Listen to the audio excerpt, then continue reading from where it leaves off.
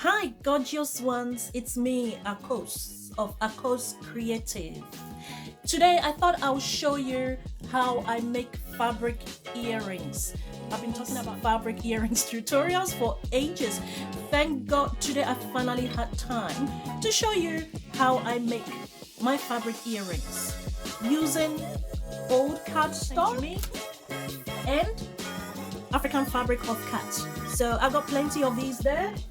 Those of you who wants to make your own fabric earrings, just give me a shout out and let me know how I can send you off cards that you can use to make your own earrings. I'm dying to show you these earrings.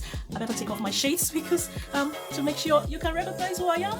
It's Akos Creative, and these are my signature fabric earrings, lightweight with acrylic beads. You can use any colored beads you want. You want to match the colors if you want to. So join me.